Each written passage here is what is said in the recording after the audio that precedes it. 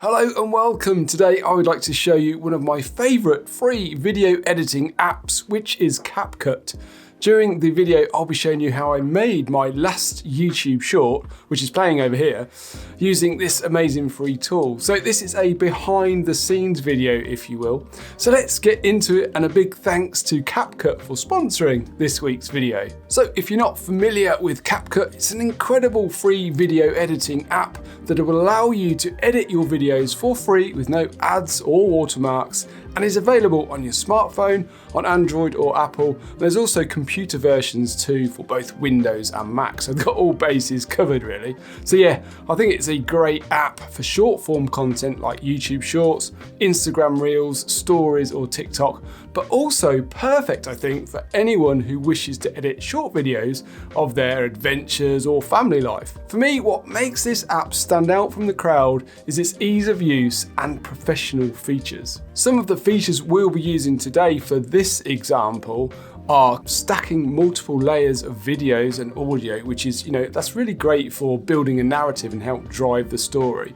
We're going to be using cutouts without a green screen, which is pretty awesome to say the least. Some transitions, some text, and some stickers too. But there's also a ton of other features available too, from amazing templates, auto tracking, which is amazing as well, text to speech and auto captions. So you get loads and loads of different features to explore in this app. Today I'll be using the Android version, which I downloaded from the Play Store. So this is the first screen that you're going to be greeted with when you open the app. And as you can see, there's a few options along the top here, such as camera, retouch, captions, autocut and teleprompter, but we'll be concentrated on making a new project on this big blue button that you can see here in the middle. Below the big blue button, you'll see where future projects will appear once you've made some edits. So let's go ahead and hit the big blue button to make a new project and get started. The next screen will bring up the video footage we have in our phone,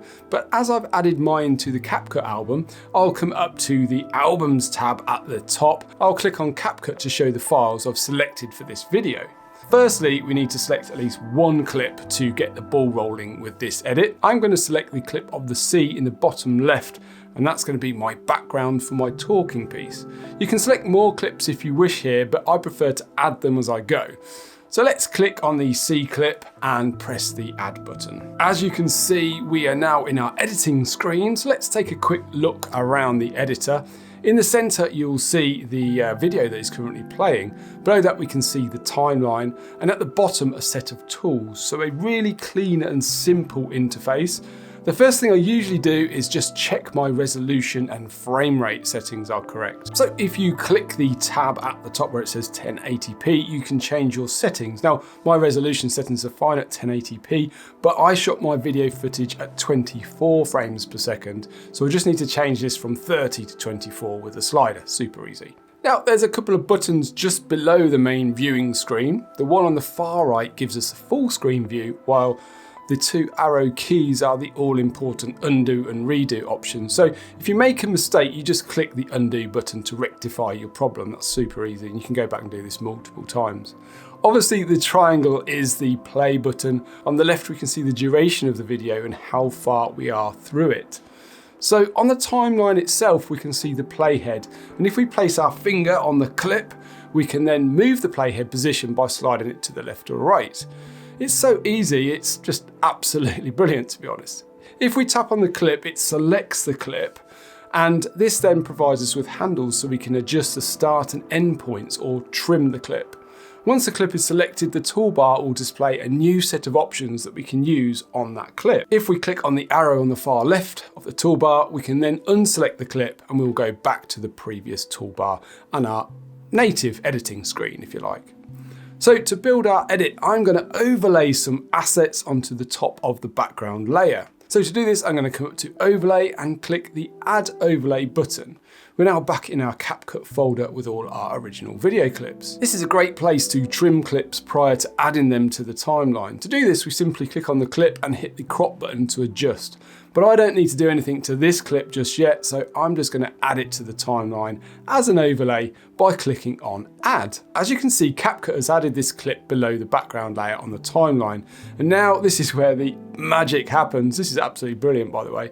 We're going to come over to Remove Background, which is down here in the toolbar, and click Cut Out, and voila, I'm now at the beach, which is fantastic. It does an unbelievable job, and you don't even need a green screen. I just shot my video against the wall in my office there. This is such a game changer for creating short videos when you don't have a lot of time. To adjust my framing, I'm just pinching out with my 2 fingers, and then I'm all set. And as you can see, if I click the arrow in the toolbar on the left there, it takes us back to the regular timeline view, and we can now see our overlay showing as a teardrop, so we can come back to it in the future. So now I want to add a few more clips to help keep the viewer interested in the video. So I'm adding a drone clip. This is usually called B-roll or supporting footage. So I'm moving the playhead along to roughly where I want my B-roll section to start. And then I'm going to select the overlay button. And then again, it will take me back to our assets folder, our CapCut folder. So let's click on the drone clip now. And I'm just going to trim this a little bit, as I only need a few seconds of B-roll for this. I can do this by sliding the yellow handles as required. And once happy, I check the tick and it will automatically send it to the timeline as a new overlay layer.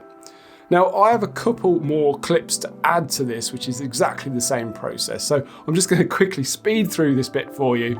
And as we can see, as I skim through this, we're now adding all of that B-roll to the timeline, just as we did before.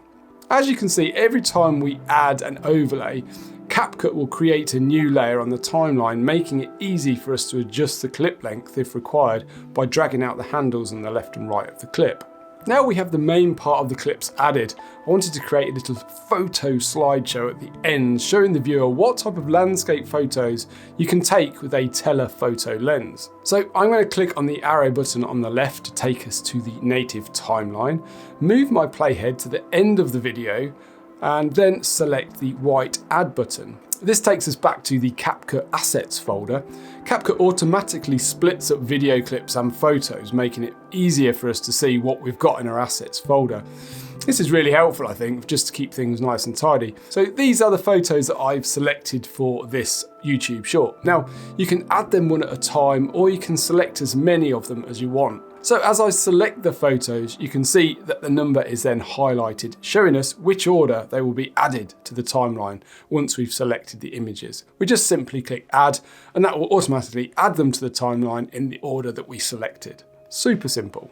When I've added my video clips and photos to the CapCut Assets folder, I also imported some audio files in the form of sounds of the coast, some sea, some waves lapping at the shore, and an inspirational music track.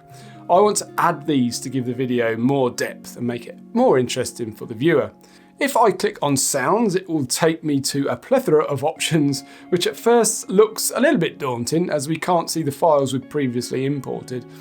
The options that stand out are CapCut's music library or importing sounds from TikTok, but I want to use the sounds from my own library. I'm going to select the folder option here and search for files. So what I'm going to do is just type in the search bar here what my file was called. So it was some ambient sounds of waves, and it was named waves. I'm just going to type in waves, and as you can see there, we can see our file of waves. So I'm just going to select that.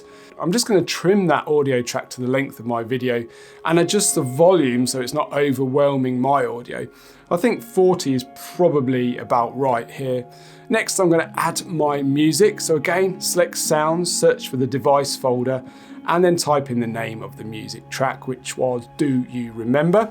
There we go, and then add that to the timeline as well. Again, I'm going to come up to the volume and just drop the volume down to 40ish again, which is about right, which doesn't overwhelm my speaking part. Let's take a look at transitions. Now, transitions are great for helping drive a narrative, but from a cinematography perspective, I think they should only be used if it fits in with the way you're trying to direct your audience. Sometimes I find a transition can distract the viewer, so my advice is to use them sparingly, But for my example here, I would suggest that a transition between my photos might look really good. So let's scroll the playhead over to the photos section. As you can see, in between each of these photos, we have a little white box with a line in it. If we click on this box, it will bring up the transitions toolbar. I'm going to check the black fade option. Now, if you wanted to apply this to all of your clips, you could do so by clicking the apply to all button, but I only want to apply it to my photos. So I'm going to do that individually. You can also change the duration of this transition as well. And I think about 1 second works perfectly here. So let's add that to all of my photos. As you can see, when a transition has been added, we can see the white line in the transition box has been replaced by the CapCut logo. So this tells us that we've applied a transition to that particular clip.